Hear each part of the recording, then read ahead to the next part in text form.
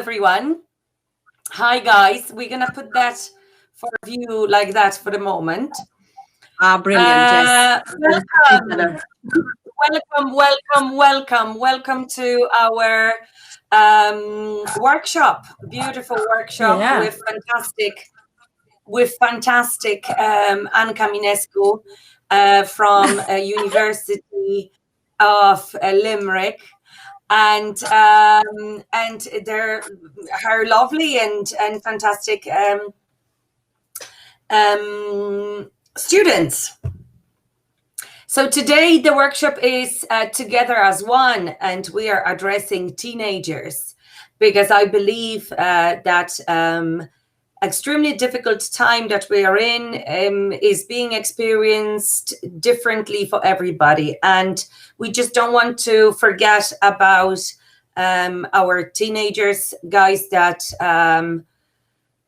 I believe find it even more difficult than adults because certain things are not that obvious. They don't have certain abilities, or they're missing different things that us. So essentially, today is for you. You can join us if you wish later on into the private webinar. So essentially the format that we're going to have for today is there is going to be an open live presentation, some sort of a discussion that is not that personal, but then we're going to close live. And if anybody being in our webinar room wishes to participate and in a private setting, ask questions and join the conversation, this is what we're going to do. All right. So I'd like Anca to say a few words about herself because she's a woman of many talents and I admire her work for so many years, and I think she's amazing, and the energy that is there when I see her in action just gives us all big energized ball. So without further ado, I let Anca start, and when we're ready we'll start sharing the presentation, but first maybe we'll just get ourselves introduced. Everybody knows me. I'm Justina from Polish Arts Festival, and I'm delighted to welcome you to this workshop. Thank you so much, Justina, for inviting us. It's really a pleasure. I am here in the company of three wonderful students who we together work in this, at the University of Limerick in the Department of Psychology. So that's where I am all the time. They are kind of coming and going, but I'm there for 10 years now, and I teach psychology. I'm Romanian, but I've been living outside of Romania for 20 years. And I do have a teenager daughter, so she's 14 right now. So I can feel the pain both as a psychologist and as a mother of what's going on in these times. I also want to say that I think, all the knowledge we have, the school, the education, it's not, and it shouldn't just happen in school or in the university, and that's why I'm delighted with this participation in the Polish Arts Festival, because I see it as an opportunity to share, openly what we know and what we hope can help people, because these are really, really tough times. It's a crisis. It's an existential crisis, and there are things we know about crisis in psychology. We know how people survive them. We know how we can get on the other side, so this is what we are going to try and do today. And Orla, who is a psychology student from Maru, I introduced her like that. And Didi, she's from Bogota, from Colombia, and she's a psychology master student. And Aika, I think she's momentarily out, but she'll probably come back. Aika is also a master student in psychology, and she's at the moment in Bangladesh. What am I saying? In Kazakhstan. she's at home, but she'll be back in Limerick soon. So this is us and our team, and what we're going to try to do today is kind of explain why is it so hard to deal with the pandemic, what could you do maybe a little bit different, or what kind of questions you should ask yourself and your friends so that you get a bit better at it, and you can be a bit happier in circumstances where it's hard to be happy. So this is what we're trying to do, Justina. Thank you so much for having us. Shall I start the presentation now? Yes, please. Yeah. Okay. So, ladies, do you want to say anything before we start? Are we just going to say stuff? I just want to say Didi? Thank you to the Polish Arts Festival for having us. I'm really looking forward to this workshop. So thank you so much for giving us this opportunity.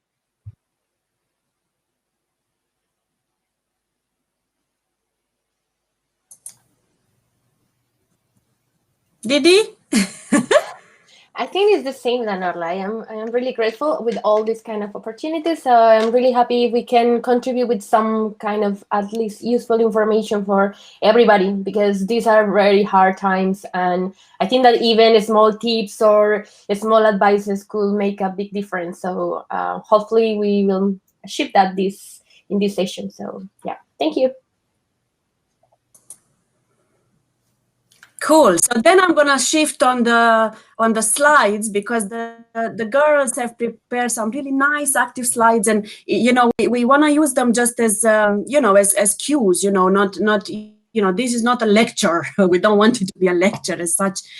We just wanted to have some some words on the screen, especially sometimes when you're not a native English speaker like I am. Sometimes it's easier to make sense of the information also when you see it written, right? And this is again our team, and I'm going to say very briefly that on the side of studying, doing research, and being at the university with psychology, we also have this project called the Sanctuary with Psychology, and we are, many more volunteers in there. But the main co-op internship students, or like the co-op and Diana and Aika are doing their internship. This is our 2020 team, right? So just so you know that there is also this other group there that could be used as support, or as another way to reaching out to especially immigrant people, international students, the very diverse community that actually lives here in Limerick. Now, why did Justina even get us here, and what can we contribute? Well, the thing is, we were all thinking about how do we make this COVID experience a bit easier, right? And sharing is caring. So this is an opportunity of being together, or of generating ideas of how you might feel closer to the people that you are together with anyway. So, hopefully, some of your family, or, some friends, whether you're face to face or not, right? And from a psychological point of view, I suppose the most important thing to say is that this whole pandemic and all the changes we had to go through are a crisis, right? So for us as human beings, there have been massive changes in the way our life is going on, in the way we conduct our everyday business, in the way we had to change or develop or, manipulate our relationships to keep them going, even if we cannot do the same things we kept doing. And this is called a crisis, okay? And psychologically speaking, it's like you're in front of a bear and the bear is about to eat you. And what are you going to do, right? So that's a crisis, yeah? So your brain and your body are taking this attitude of fighting the danger, the crisis, or running away from it. So the flight or fight response is something that makes your body very tense and very, mobilizes all your nervous energy so that you can adapt, okay? And you can adapt because adaptation is what we do every day. So human intelligence is the ability to adapt in any circumstance with any changes and so on. The only problem is that adaptation is not easy. So it's natural, it will happen, but it's just not easy, okay? And it costs energy. You need coping strategies, okay? This might be a big word, but like the idea is you need to know what to do when you're in front of the bear called COVID-19, right? This adaptation also takes time. Like we've been in this situation since March, more or less, on and off, up and down, you know. But we still find it hard, right? And the point we're trying to make today is that it is easier in groups. Okay, so we're going to try to talk a little bit about how can we use each other. Okay, groups mean, okay, what do they mean? So that's the kind of stuff we're going to talk about today. What are these groups that we can use and why are they important to us? Okay, so the pandemic is a crisis. We can adapt, but how can we adapt a bit better? And one of the problem is that we're very tired these days, right? I mean, I don't know how tired you guys are feeling, but yeah, I mean, yeah, what do you want? You know, I'm going to ask my assistants here to talk a little bit or to describe how tiredness feels, right? So, you know, compared to a year ago where there was no deadly virus sweeping the world, how do you feel these days? Do you sleep well? Do you wake up full of energy? You know, do you feel it in your mind, in your heart, in your body? How does it feel? How does this tiredness look like for you? Do you feel tired? I definitely feel tired. Diana, do you want to say something about tiredness? Yes, I think that the fact that we have to be in front of the computer most of the time, of course, is very bad for our bodies because we are not really moving, right? And being in the middle of four walls is not healthy as well. So I think that that affects as well, like in a way, your mental health. And because we are always in front of the computer as well, like our eyes are completely tired and we are bombarded with information as well. So in general, yeah, I think that just by the fact that the new circumstances are affecting us. But I think that in addition to this, of course, is the uncertainty about what is going to happen next, right? And are we going to have a normal life again or not? So I think that as well makes our like being, or at least in my case, feel very, very stressed. And yeah, I think that actually my favorite time of the day is the night because finally I can sleep and I cannot think in anything else. So yeah, that is like my experience right now.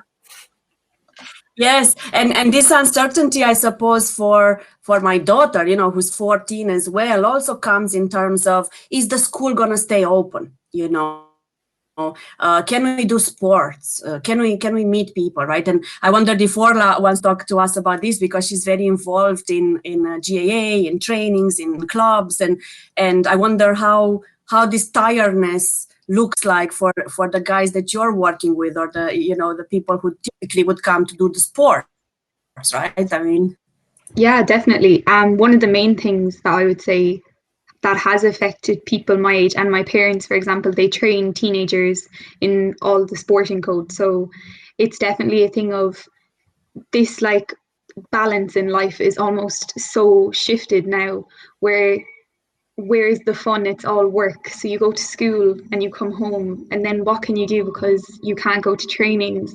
Or for my case anyways, personally, like I work from home, so I know a lot of students at the moment are doing a lot of work on their laptops and stuff. So you're sitting at your laptop all day and you don't even have an end point of like, oh, it's okay, I get to go to my training session later and I get to go meet all my friends and go play some sport and like get some air outside. And it's definitely very, like, it does drain you more because you obviously aren't getting as much social contact with people as what you should be getting. So for me anyways, that's definitely been one of the main things that I would say has drained me. Yeah, and I also suppose that this is the magic of sports, right? Or of doing any activities outside of school and outside of home, right? Because that's the real fun. That's where the real fun happens. I mean, I bet a lot of you guys have very fun homes as well. And, lots of, brothers, sisters, moms, dads, dancing around the house. I don't know, watching movies and things like that. So I'm not saying that at home cannot be fun, but a change is always necessary, right? So home cannot always be fun either, right? So it's also really difficult, I suppose, to still have fun with people that you kind of feel you're stuck with, right? And in school as well now, with all these restrictions nowadays, you have the masks on, even an innocent joke you cannot do really, because that would involve taking the mask off, or I don't know, you wipe your table, and then where do you put the thing if you throw it over somebody?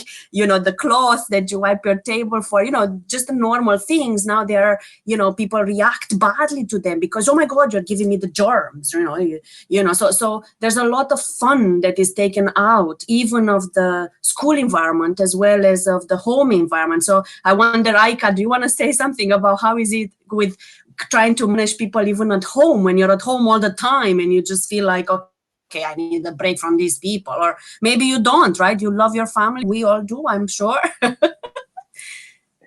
Absolutely. I fully agree with you. Actually, this is what currently has happened to me. I got cut off from the internet. And see, this is another source of stress, when you have to make sure that you have a free room, a free time, and that no one bothers you, and that you have a stable Wi-Fi connection. So you have to take care of all of those little things, which might be not that important at the first glance, but then it's very, very actually stressful. And this also makes you overwork to some extent. And even though you love your people all around, right? You still value your privacy and your space, which I really miss currently being in Kazakhstan, to be honest. But it's nice. I mean, it depends how you balance it, but to me, it can be very tough at times. So yeah, absolutely agree. Yeah, I think that this is the thing, right? Because again, imagine yourself mentally, physically, your body is still in front of this bear that is trying to eat you. Maybe there are 3 now, or 5, because the government comes up with all sorts of messages. People are paranoid around you. There's always this kind of, is there a vaccine? There is no vaccine. What happened with Trump? All sorts of kind of stressors that would be there anyway, but then at the same time are really amplified by this pandemic, right? So that means that all the people you are around with are also worrying about all those things, right? So you're trying to take a break.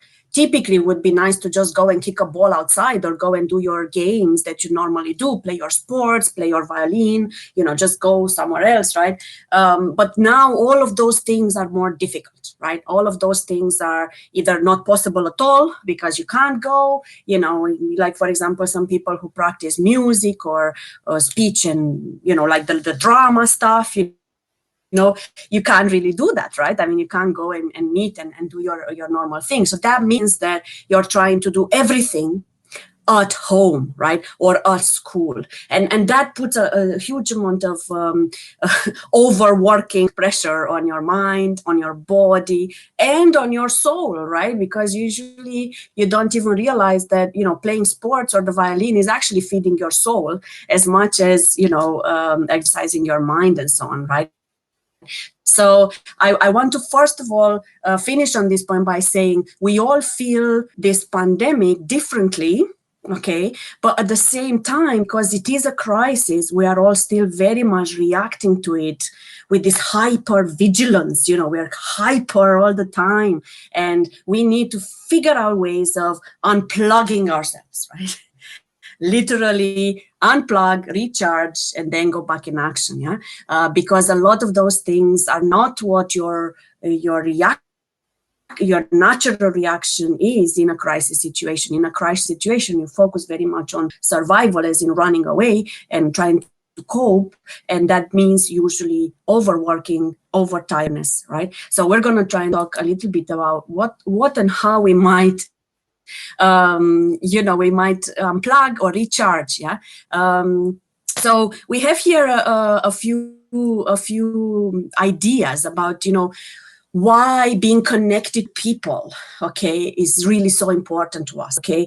And this is one of the biggest lessons that psychology teaches us, and that in all social sciences and in all, research about, how human beings live, become happy, become achieved, grow up really, and it's, of course, a lot depends on other people, right? So you, from the moment you are born, you are surrounded by other people, right? And the more you grow up, and especially now during your puberty and your adolescence, the typical move is to actually move away from your family, right? Because they were the cradle of your growing up to now, and moving into the real world, right? So moving more, having these peers, the friends, the clubs, the gangs, hopefully not the bad gangs, but you know what I mean, just being outside of the family, which was your main essential group for all your, all your years, so up to age about 14, 15,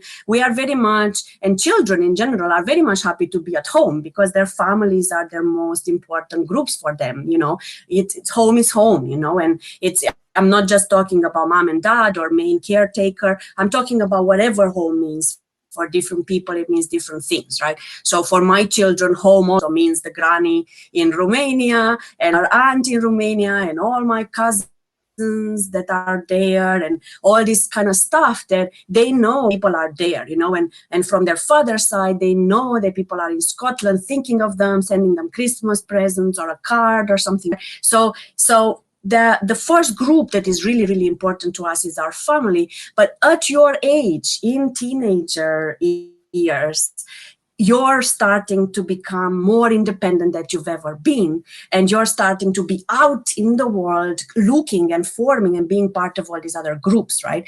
And a lot of it happens in schools, of course, but a lot of it also happens in the GAA club, or in the basketball, in the football, in whatever hobbies you might have. And even if you don't call it a hobby, it's just, what I see my daughter, things happening with my daughter is people go for walks, right? And they go for walks and they go to the park, and then they are like groups, like little groups. What's a group? Maybe 3 people is a group, really, 3 people who like to listen to the same music, or who, giggle about the boys or look at the girls or whatever, right? So a group is anything 3 people or more, and those are really, really important because they make us like we belong. They feel us like, okay, I'm part of this group, and this is also why bullying, cyberbullying, any kind of bullying is so damaging to adolescents, right? To all of us, all our life, but in particular to adolescents, because all you want is to find a group to belong to, because the family is not enough anymore. This is how you grow up. You grow up by going into this real world, right? And when you're bullied, when you're excluded by certain groups or certain people, or when you're, people criticize you, or people don't like the way you look, the way you dress, or like that, you feel like you don't belong, right? And then it's very, very painful, right? And now in COVID times, you don't even know when you're not wanted. So even that is a problem because you have less chance of that social interactions. So you find it much harder to guide your movements through life, yeah? Because at least when you're with people, you kind of, figure out, okay, they like me, they don't like me, you know where you stand, right? Groups also give you new information, I mean, they are, for me even, social media is how I get my info, the gossip, right? Of course, groups also now live on Snapchat, on Instagram, on Pinterest, all that kind of stuff. It's all how adolescents nowadays feel that they belong to these groups in the world, right? And that's where you get ideas, right? That's where you get ideas, and that's what groups mean to us, right? Also later on, when you become a professional, when you become, a car mechanic or a dancer or a shop assistant or a professor or whatever you become, a doctor in your life, all of those groups that you start belonging by your career choice constantly keep you informed about how it is that you're doing the things you do, right? And all of these things provide all of these other things that are written here on the slide. They give you a sense of, okay, I can make sense of the world. I know who I am. I know who the other people are. And they give you also what we sometimes call agency. They make you feel like you can do anything you like because you're not alone. Yeah, you can join these other people and do something.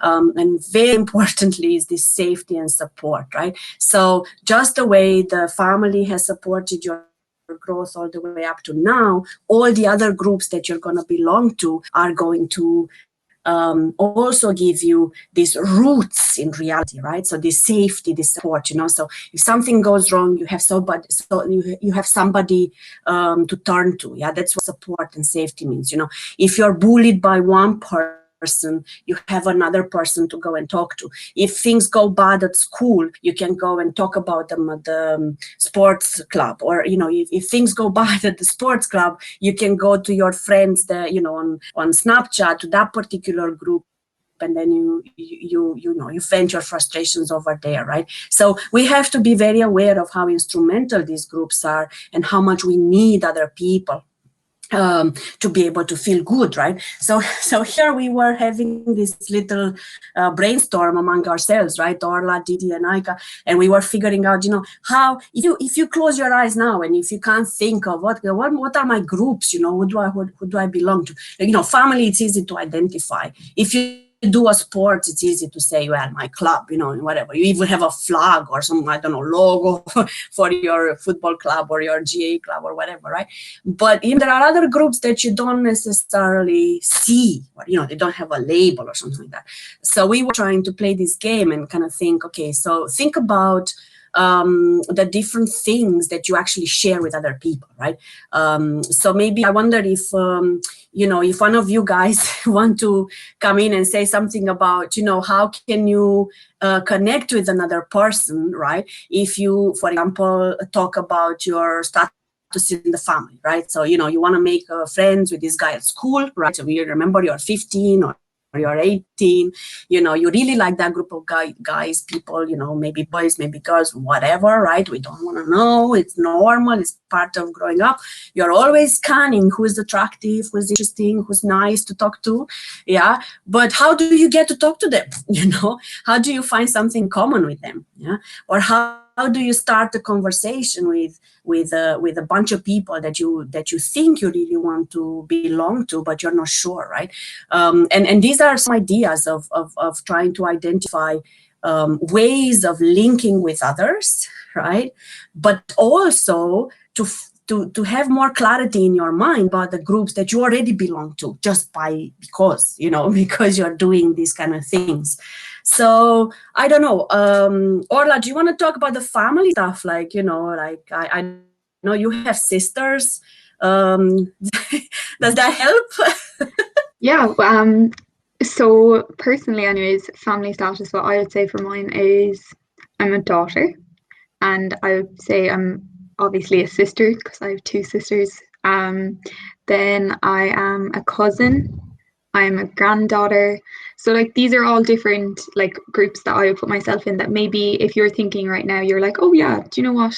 I'm also a granddaughter or maybe a grandson, and it's just these linking things that actually places into groups that maybe you wouldn't even think that you're a part of, that you don't even think on everyday life, oh, I'm a sister. Like it doesn't come into your head.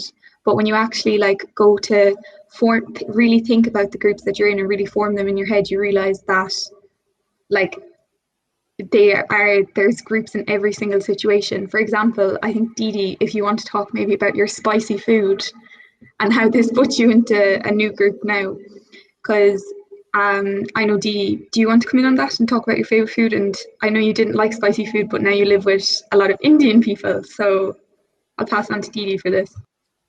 Well, I think that yes, actually, like maybe belonging to a group is something that is not stable, so it can be changed. It can change. As I think that any situation in that you like, you can go into a group and then go out of the group easily. So regarding food, I used to classify myself as not eating spicy food at all. Like I am not a spicy food lover. But now that I have lived, I think in the last 6 months, maybe like close to Indian people, and they are cooking for me. So now I eat the spicy food. So yeah, now I am a kind of a spicy food lover now. So I think that yeah, even if I never thought in my life to maybe belong to this kind of group, now I am part of it. So it's like a small things that maybe you don't realize, but yeah, made you to belong to a group. So Yeah, and the idea is that they give you a sense of commonality, right? So you share that thing now with a bunch of people, right? And a lot of the things you do, of course, other people also do. It's just that you sometimes just don't think about it. I mean, why would you think about it? You just like this food, or you don't like that food, and that's just what you do, right? But if you want to start a conversation with somebody, and if you're in a restaurant or you're in a food sharing environment, that's the kind of stuff that you can use almost like a radar, to beep beep beep beep beep beep beep, who are the people who like spices, and just literally try to identify what you have in common and what you don't have in common, and similarly what Orla was talking about, I mean, the fact that you have a sister or a brother gives you a certain experience in life, gives you a certain support in life. I mean, even if you fight with them, it doesn't matter. I mean, I have a sister, we've been fighting. We sometimes haven't even been talking, but I know she's always there. It's a way of approaching the world that is completely different than for people who don't have brothers and sisters. And, in Ireland, you've struggled really much to find somebody without brothers and sisters, but in countries like Poland, in countries like Romania, there have been many generations of my age and younger who only have one child, right? So for those people who grew up without brothers and sisters, life looks different, and even coping with pandemic is very different. One of the things that I noticed, and I heard my daughter and a lot of other parents talking about, is that especially when people were stuck at home in March and April with the complete lockdown of schools and everything, it was very cute because the brothers and sisters became closer together. Right? So even if my 14-year-old and my 8-year-old would not really have that much in common, 5 years difference when you're an adolescent is like a world apart, right? When you're 15, you're looking up, you're not looking down, all theyese babies, they're on a different planet, right? But because you were stuck in the house, my daughter was helping her brother to do his homework because mommy was working all the time, things like this that normally they never do, because they wouldn't share that context, right? And I can really feel, and I really kind of go very upset about the some of you who don't have the brother or the sister, and who live very, very isolated, and even here we have Didi and Aika, who are international students in Ireland, who very much had each other, right? So you kind of discover a sense of sisterhood or brotherhood when you live together with other people, because they are the only people you are allowed to see, right? So you can't go and make even more friends or things like that. So that's why we were putting here these things about, what are your, what kind of things can you use to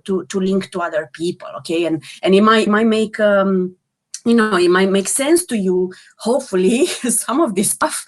But if you feel stuck, try to think about your friends, your circle of friends, the people that you already consider friends, and the people that you would like to reach out to and don't know how, right? And these are the kind of ways to reach out to people. See what you have in common, maybe you are also a brother and they are also a sister or whatever. Maybe you like spicy food or don't like spicy food. I'm in the non-spicy food category. What are your favorite activities, and how you might turn that favorite activity, like, my mother sends me shopping every Friday at 5. Well, that's a meeting point, right, guys? I mean, that's the time you can say to your other guy on Snapchat, I'm going to be at super value of 5, right? So be there or be square, yeah? So you can use that opportunity to meet, right? In other situations, it's even if you have a favorite country, like in school, in secondary school, you are all learning a different language. You have to learn a foreign language, right? That could be a way of making some friends, right? I mean, there are many ways to learn a new language, and properly. Rightfully, it shouldn't be just in school, right? So you might start thinking, how do I learn more about this country? Well, maybe I can actually find a group of Spanish Spanish people who live in Limerick who would actually like to teach me Spanish, right? Or something like that, right? And maybe they are actually in your class, you know, and you know, your colleague hides the fact that his mom and dad speak Spanish, but now that can come in handy, right? Am I missing anything on this slide, guys? I don't know, Aika, have I covered everything we wanted to say? Maybe, yeah, I would just say that it's very interesting when you try to think of what you actually are, and then you don't even know, but by exposing maybe yourself, you make these connections with others, because you may say that you're just a student, which, let's say, goes under the activity, right? And then there are lots of other people who also classify themselves as students because they go study. And it's very interesting to actually remind yourself that some very basic and simple statuses or activities of yours are this bridge between this new other person. And because you have this similarity within yourself, you already are connected because of the terms that you use, because of some maybe hobbies that you do, because of some different stuff that each of you do on your own. And then now, because you expose yourself, it just becomes something common. And then this allows you to become closer to one another. So I would just say that it's very, very interesting. And maybe it's nice to keep in mind that we are closer to one another than we actually think we are.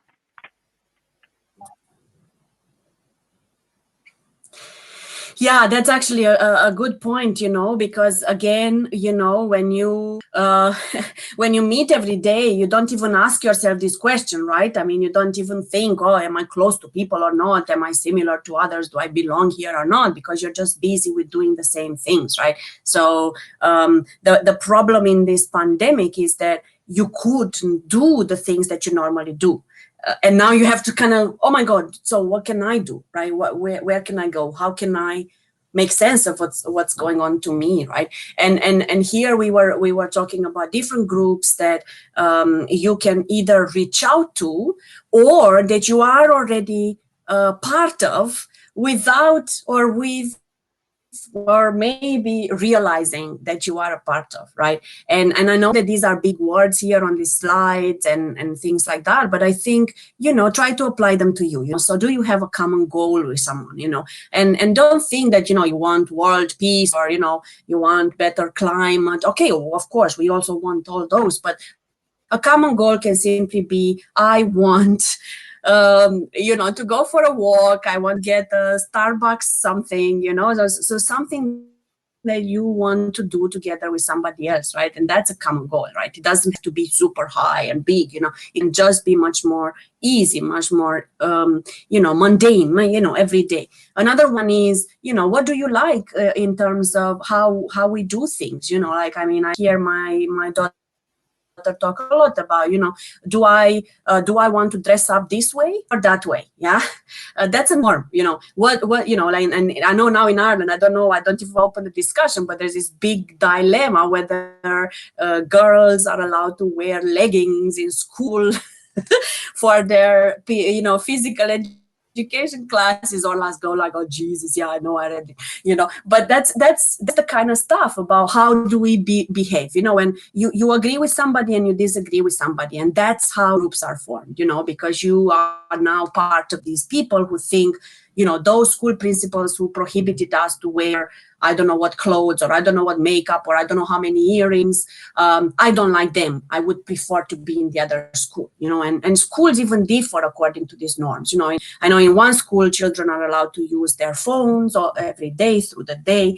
In other schools, they're not allowed to use their phones, or to have their phones out on the table, you know. Those are norms, right? And those are things that you agree or disagree with people, right? And that's a point. That's a point of commonality. That's the kind of thing that you can use, and that creates connection. That makes you engaged with the people around you. It gives you a chance to make or break a friendship, you know, and it is how it should be, right? So even if you wear the mask, even if you can't see each other all the time, you know, you can still use those things to force a conversation or a connection, yeah. And I think this is really important to remember. And here we just kind of a concluding thought that, you know, it is about you know, feeling that you are part of a community, right? We keep talking about groups, but just this is another word, community. It's about feeling connected to other people, okay? And you can call this whatever you like, yeah? In a lot of the work that we do in psychology, we call it groups, you know? Yeah, in your language, you're probably calling just friends or colleagues or, you know, people on Snapchat or something like this, right? So it doesn't matter what you call it. The point is that you feel that you are part of something greater than just yourself, right? You're not alone in this world. And the other thing is that if you realize how connected you are, how much you have in common or not with other people, right? That is something that gives you an opportunity to connect to other people, you know. And then when you feel connected, when you're aware, okay, we are here, we are all in this shop, we're doing shopping in this same shop, you know, this is cool, right? This is your tribe, you know. There are many other people who don't shop in that shop. Okay, so even that simple thing of being in the same physical space and being aware of other people there actually makes us feel safer. Okay, you need to feel safe in a crisis, right? Because remember, the bear is out to eat you. So you need to find these sources of comfort. Okay, so here we were thinking about, okay, so how can we find comfort in each other? How can we find, belonging or being with these other people that we are connected to? How can we do that with the coronavirus pandemic, right? So, and this is something that we wanted to discuss now about, look, these are opportunities, right? These are opportunities that you can use as much as adults, as much as your parents, your teachers, whoever, to be in touch with other people. Okay, so I don't know, do you guys want to maybe take one of these points and talk about how you use one of those things to actually feel that you're not alone, that you're connected to other people? We don't have to go through all of them, but maybe if you want to choose one each. Orla, do you want to start? Yeah, sure. Well, definitely on a personal basis, the way that I have stayed most connected to, because of course I'm living with my family, so that's not an issue, but more so my friends has definitely been really difficult because, as I said before, like I used to go to the training field and I'd meet my friends there, or I'd go to school or college and I'd meet my friends there. And it was just a thing of, now it's obviously not really an option. So definitely on a personal, I FaceTime my friends. So I have an iPhone. So FaceTime is my best friend at the moment. So every single day I'll FaceTime a few of my friends, and that's how we stay connected. And we also do some Zoom calls. I'm sure nearly everyone has probably tried this at this stage with their friends, but we do Zoom calls and we have quiz nights and things like this. And it's just the little things like this that still make you feel as though you're not missing out on things. And that's definitely been one of the main things that has helped me through this stage. So maybe, Didi, do you want to talk about one of yours? Okay, could you hear me right?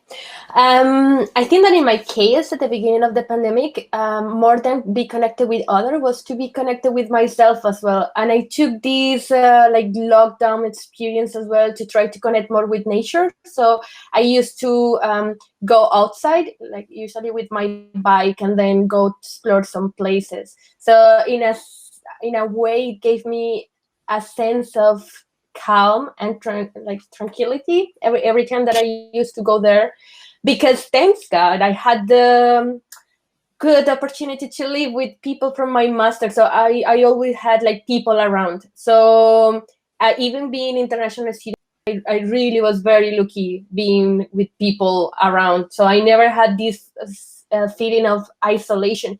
But I have talked with other international students that peacefully they were living alone, but for them was very, very hard, because definitely not having someone to talk with. Even I just talked with a friend of mine. He's from Kuwait, and then he told me that he was very depressed being alone. And then one day he just went, he ran out of food, and he just went to the Spark to buy some food at 2 a.m. And then he felt so good because he had the chance to talk for 15 minutes with a person. And then after that, he felt very, very, very better than he was feeling before, because just this kind of human contact. So yeah, I think that for me, it was more like connecting with the nature and connecting with myself. And like, because thanks God, I was already connected with my friends around me. So yeah.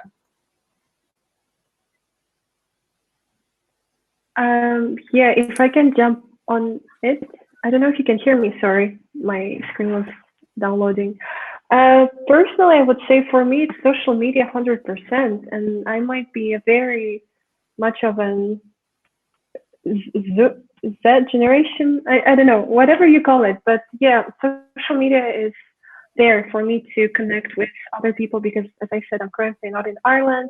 I'm in Kazakhstan, and we have 6 hours time difference. And because I'm not very good at texting, to be honest, I don't usually text myself first. I prefer sending some memes or pictures or videos, you know, just to keep this fun atmosphere, or to make sure that they're doing well, because usually then they respond and then we have a small chat. And I would say news are very helpful because it's a global pandemic, right? It's not just us Irish people or like Polish people or people in Kazakhstan who are suffering, the entire globe. So it's very nice to feel connected with the people from all over the globe, even though I don't know them, just, you know, to read the news, to see how they are dealing with it, and to be this much connected. So for me, those two are the best friends for now.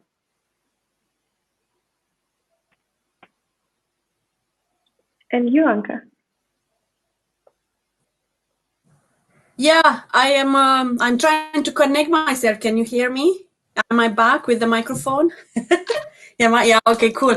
Yeah, I am really weird in a way right now because when I go shopping, sometimes I actually avoid talking to people because I'm so paranoid about being in the shop.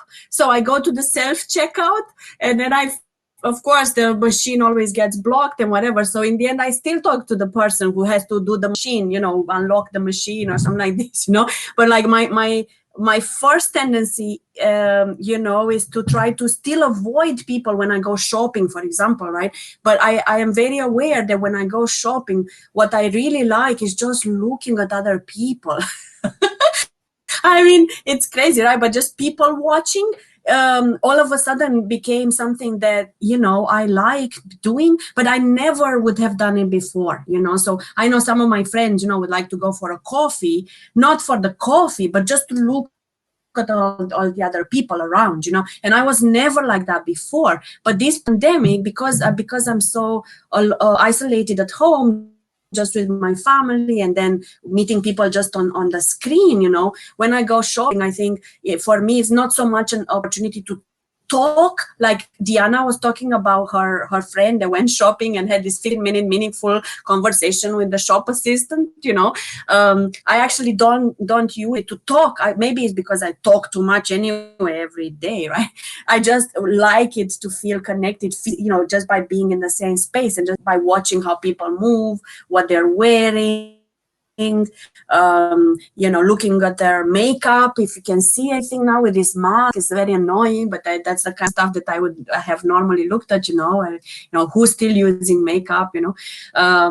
And then I think, yeah, the thing that I just do a lot is the indoor entertainment, as in I watch Netflix or I watch movies and things like this. Then it was actually fun because we had the call last night with a few of you. Diana, Didi was there, and you know, that became a source of connection, you know, because we were talking about what do you watch on Netflix, what do I watch on Netflix, did you like that, did you not like that, right? And I think that for a lot of adolescents and teenagers, that's something that you can easily use, so like whatever you're watching, there must be somebody else watching the same thing, or there will be an opinion whether the other people are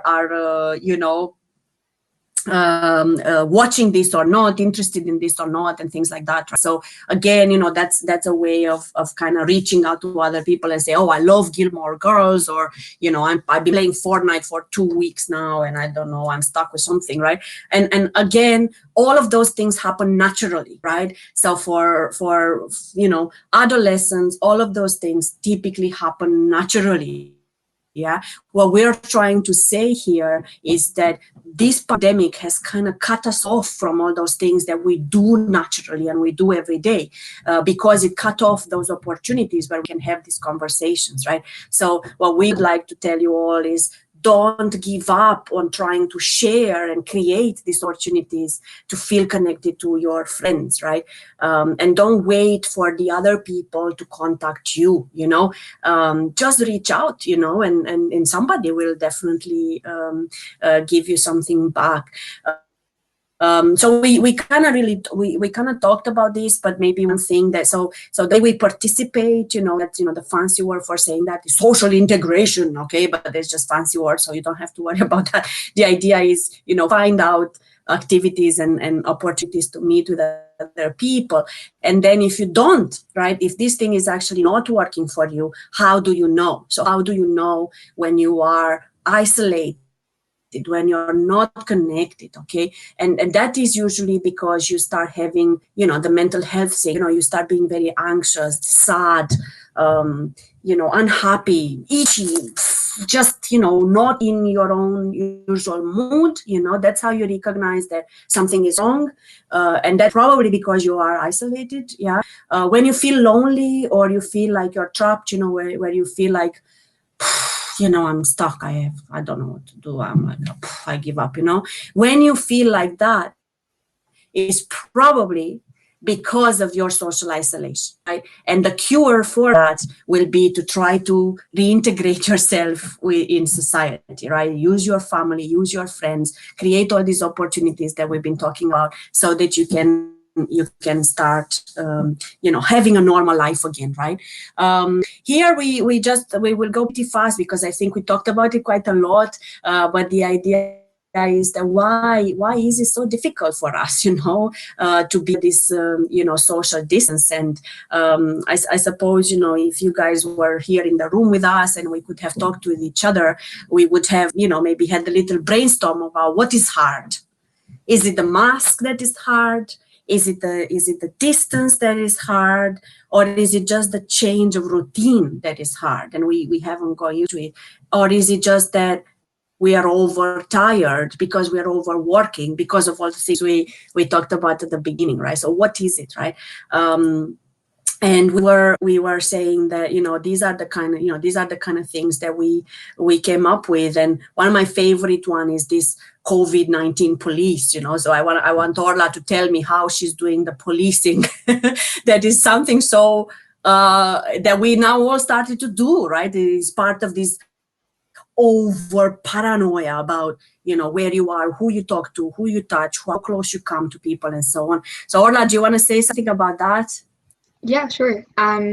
This is definitely something that I've seen in my friend group even. And it's so funny how it's like, it could be your closest friend, but you still feel this little bit of frustration, and because maybe you're sticking fully to the rules and you think it's very unfair that there's people who aren't doing it.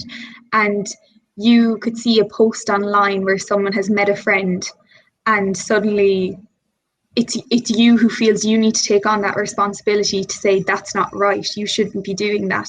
And we turn into this police mode of we need to be the ones telling them that they're wrong. And it just causes a really awkward tension amongst friend groups. And it's a constant feeling of worry and stress over like feeling as though you should be the one that's calling these people out. And then on the other side of it is maybe you're the person who's meeting your friend and you feel really paranoid and guilty because you meet no one else in the day and you get to go meet your one friend, and suddenly you feel as though everyone is like judging you and telling you you're wrong, you shouldn't be doing this, and it's this guilty feeling. So there's two sides to it, and I think it's definitely something that I didn't expect anyways to come out of this. I thought it would be a very unified thing of everyone just wants everyone to be happy, but of course, like, it's just the way it's happened, and hopefully you don't feel as though either of these things, and hopefully that you've worked through these somewhat. But yeah, that's all I have to say on it. Yeah, and I think it's, again, this is human nature, okay, is, it's asking us to constantly monitor our social interactions. Right, this is what we do automatically. Automatically, you are always looking around and see, what do people wear? How do they shake their hands? How close or far they are to somebody? What do they say? What don't they say? We do this. This is how we function, right? This is how our brains are geared for. And now there's this pandemic, and some of us take it more or less serious.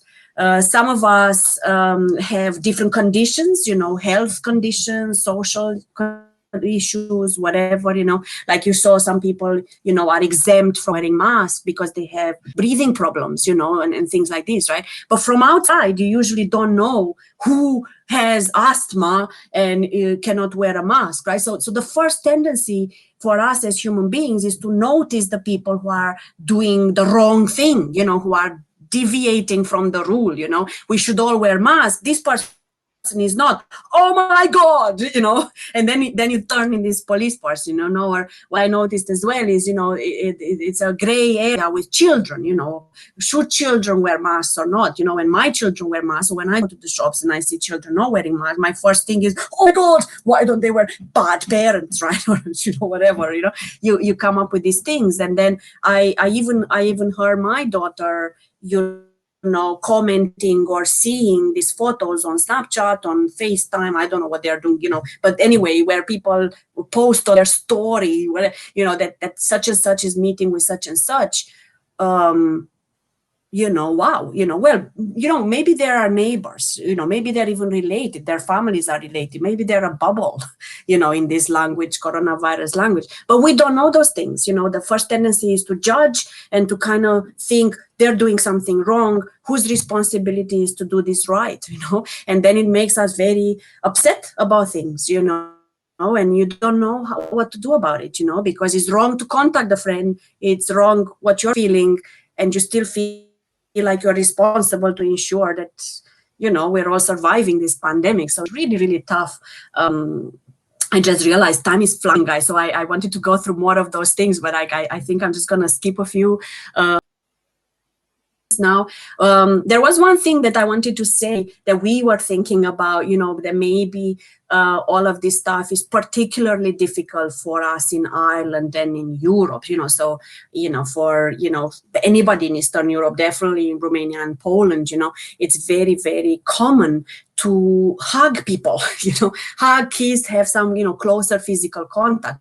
Right, and all of a sudden now we have to keep 2 meter distance, right? But in other cultures, you're not meant to shake hands with anybody you see. You're not meant to become very close to people you don't know, right? And then the other one was mask. That like in many countries, like in China, in South Korea, in Japan, people wear masks all the time, pandemic or non-pandemic, right? This is just the way their life is, because they live in very overpopulated cities, countries, environments, right? And germs, move freely between people in those places. So for them, the fact of wearing a mask is not a novelty, it's not a problem. For us, it is, So I don't know if anybody, Didi, Aika, do you guys want to say anything about this kind of the fact that, maybe even washing hands, I don't know,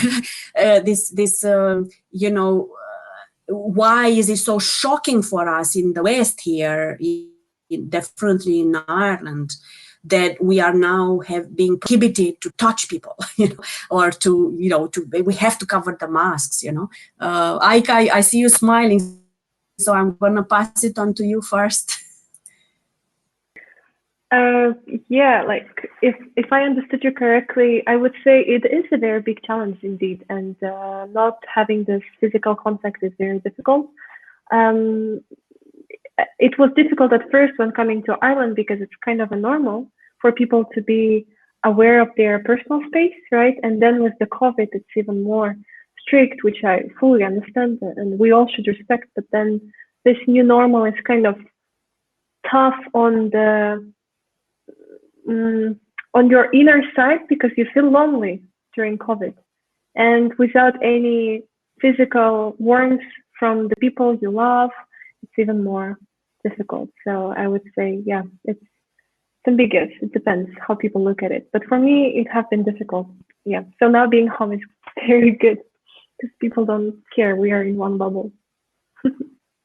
I think Didi might have something interesting to say because she's from Colombia. Yeah, I think that in my case, it was very hard at the beginning, try to stop the natural movement of hugging people as soon as I see someone.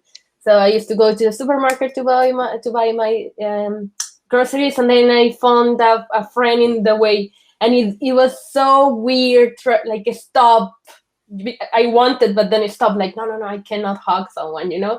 So at least particularly for me, I think that it is very hard try to avoid like having contact with people, because in my culture, it's very natural. Like we are all the time, like hugging each other, and yeah, like it's very personal. Like even dancing, like we are all the time, we are hugging each other. So yeah, it is hard, and I think that for some people it's especially hard. So those who are more social or who like more contact. Obviously, for people who normally are not like, oh no, don't touch me, like they should be happy, right? But for people like me, it's no, not happy at all. And it's true, you know, because look, even among ourselves, Orla doesn't like to be hugged by any foreigner in a shop. And we're not even talking about hugging foreigners or people, strangers, the people we don't know. And I'm absolutely very conscious that among adolescents, the whole concept of hugging is a whole concept, right? So because again, for you, when you are in this puberty phase, you know, it's a lot about your body and you know, becoming aware of your body. Your body changes all the time. All of a sudden you're grown out of your clothes or other things are happening, and you're monitoring what, you know, the kind of body changes and spaces of all the other people, right? So again, you know, in adolescence and you know, when you're a teenager, you're very aware of these things anyway, and you're almost over stressing about them anyway, because you know, you constantly, you know, you're now at the beginning of developing, you know, the first boyfriend, the first girlfriend, things like this, right? So it's, I think, you know, it's a very tough time in your life to then also have these restrictions on top of it, where they say, well, you can't even walk next to somebody now, you know, you have to keep a distance even when you walk, because then that is another thing that you have to consider and to think about, as if you didn't have enough to think about when you were trying to, you know, make friends and maybe your first boyfriend, your first girlfriend, or your third one, you know, whatever. So these are things that are really, you know, challenging us all. I'm really aware that we should finish up. So what I like to say is that you know, closing now is it's really important for us at every age, and definitely for you as young people, to just reach out, right? Don't be alone. Don't close in. Don't be running from that bear, you know, that's trying to eat you all the time, right? Because you know, there is a society around you. There are systems that are trying to keep you safe. So then you have this space that you can control, where you try to look for positive things, you know, where you try to look for balance, for a bit of fun, not just working and school and home, just those spaces in between that really feed your soul. I would say that absolutely move, or just take some fresh air, make more time to take fresh air. You have to do that, you know, it's really good for your mind, for your body, for your soul. And don't be too hard on yourself, right? If you feel bad, if you feel lonely, if you feel anxious, if you feel wrong, right? That's because you're going through this process of change. And the most important take-home message is that other people can help you, right? And other, you know, that to come out of isolation, to come out of feeling crazy because of these tough times, the easiest way to come out and survive is to reach people, you know. It's okay to have feelings, you know. It's okay to feel different feelings, you know. It's all fine, right? So that's all from us. Justina, as you can see, it's hard to get us to stop once we start. So I think we more or less said, yes, we said what we wanted to say. So if you your guidance.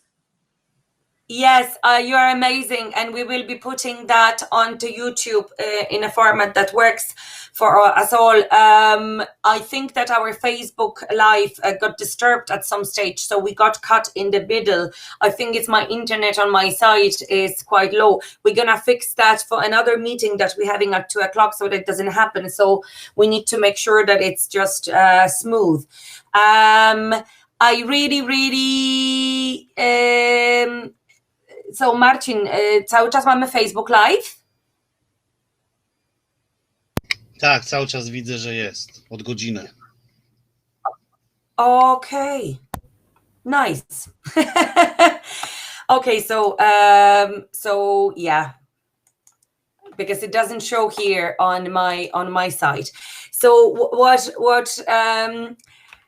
what we are going to do is we're just going to close it for the audience there live. And thank you so much, ladies. Thank you so much for sharing. And we are back at 3 p.m. for the workshop with adults. So take a bit of a break, teas, coffees, maybe a quick walk, and we are back. Okay? So thank you so much. Fabulous. Thank See you you. See you later. soon. Thank you so much, Orla, Aika, Didi. You are great as always. See you later. Absolutely. Ciao, And now Justina. bye, guys. Bye-bye. Ciao.